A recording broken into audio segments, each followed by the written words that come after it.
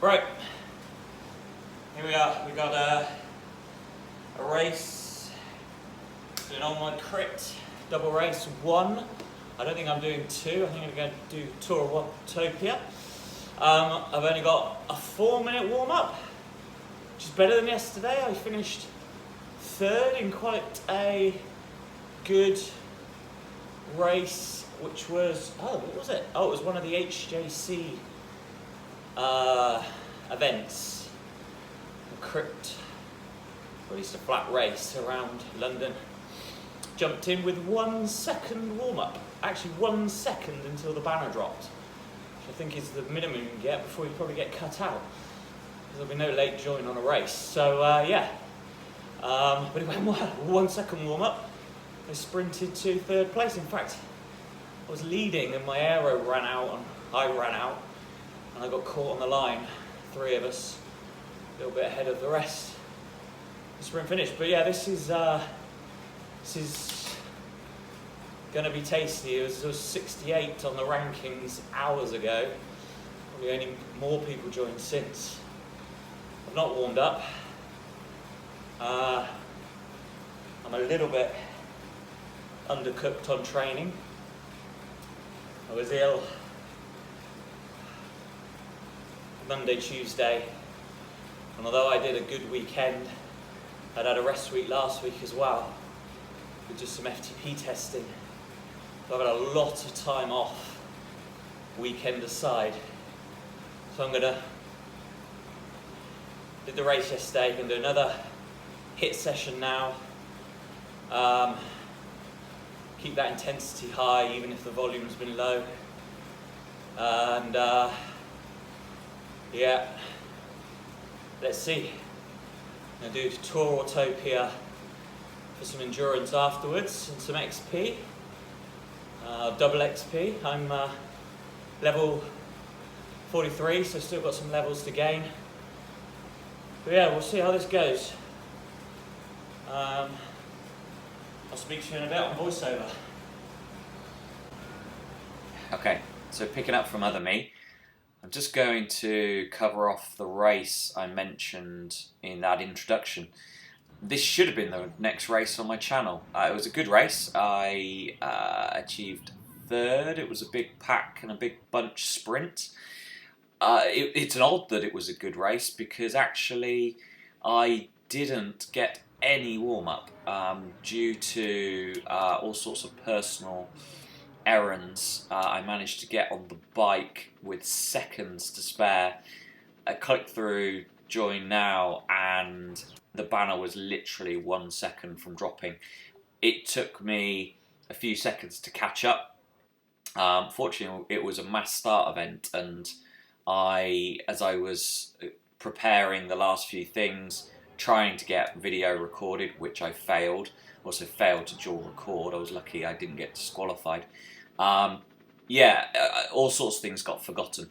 In the end though, despite 0 warm-up, I actually achieved my best 30-second sprint on Zwift Power. Still my best now, actually. Slight spoiler, I don't quite beat that 30-second power in this race. I wish I did. And yeah, it was enough for a solid 3rd place. I mean, 0.2 off the leader. I'm suspicious of the leader, if I'm honest, having looked at that data, but that's another story. 2nd is certainly a genuine result there. So yeah, no footage from that. Unfortunately, we will make do with this one instead.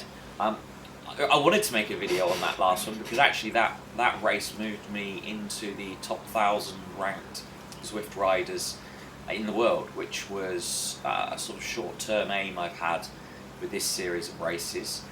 So I sit here on the start line, I think 968th in the world, and this is another high-level event. I mean, the names in here I deliberately jumped in because even not quite a way before the race started, it was already a 68 on Zwift Power in terms of difficulty, which, if you know the way the rankings work on Zwift Power, it says that it's a big race. There's a lot of top Zwift riders here.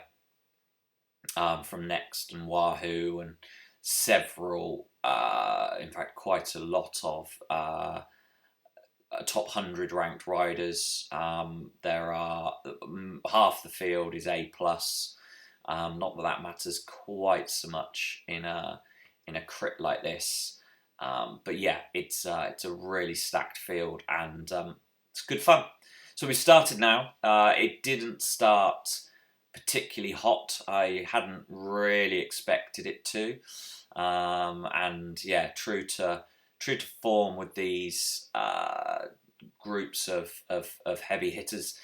It wasn't particularly spicy at the start. Sat in the pack comfortably, settling into wow tempo here really after a tiny bit of effort at the beginning. And it doesn't really light up on the first KOM either. I had sort of expected this group to hit the KOMs really hard. Maybe especially the first one, see if they could split the pack when people weren't maybe warmed up and weren't expecting it. But no, I kept towards the front, up the hill, just kept pace with the pack.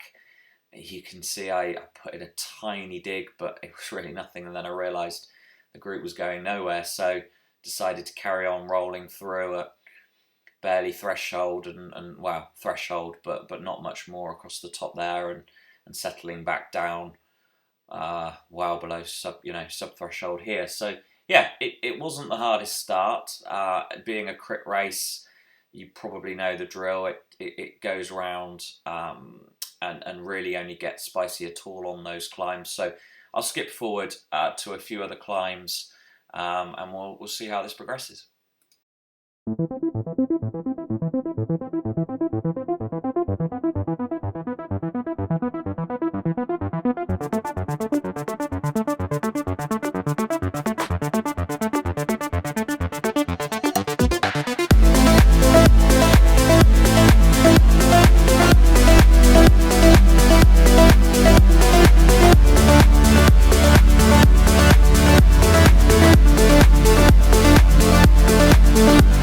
So coming into the climb, third time round, you can see from the graph that each time it's been, well, I've accelerated, but to be honest, it hasn't taken much of an acceleration to stick with this pack.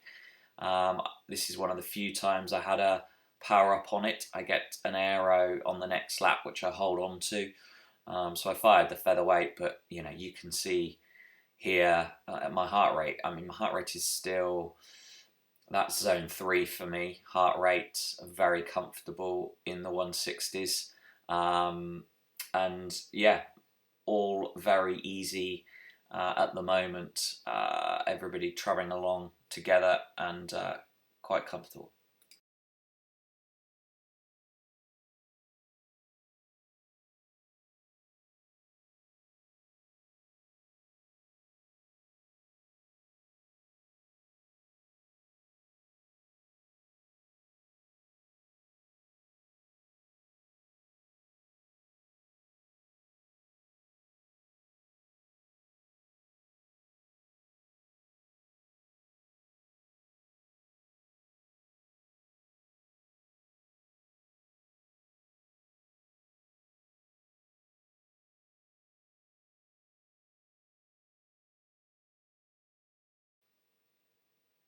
So I've been really surprised how this race has gone. I mean, you can see there are large times where I'm really in zone 1 with odd bits of tempo, and then obviously little kicks on the climb. But my heart rate at this point is dropping. To be honest, it's dropping into low zone 3 for me. 153 is zone 2, so comfortable at this point. I mean, we've got professionals in this group. You may have just seen the name G Muller with a pro shirt next to him there. There's such high ranked racers, but clearly everybody just wants to do a sprint. This is race 1 of 2. I go off to do the tour of Watopia instead of doing the second race. But I guess everybody's saving themselves just to do 2 sprints and earn the ranking points rather than push on the race at any other point. I thought, given there were some teams, there might be some tactics. Guys got off the front here. I thought maybe people would try to break away, but to be honest, nobody does. Individual people go off the front, which is probably as much just because they've got an aero as anything else. But yeah, it all comes back together very quickly every time. So very comfortable, and we'll move on.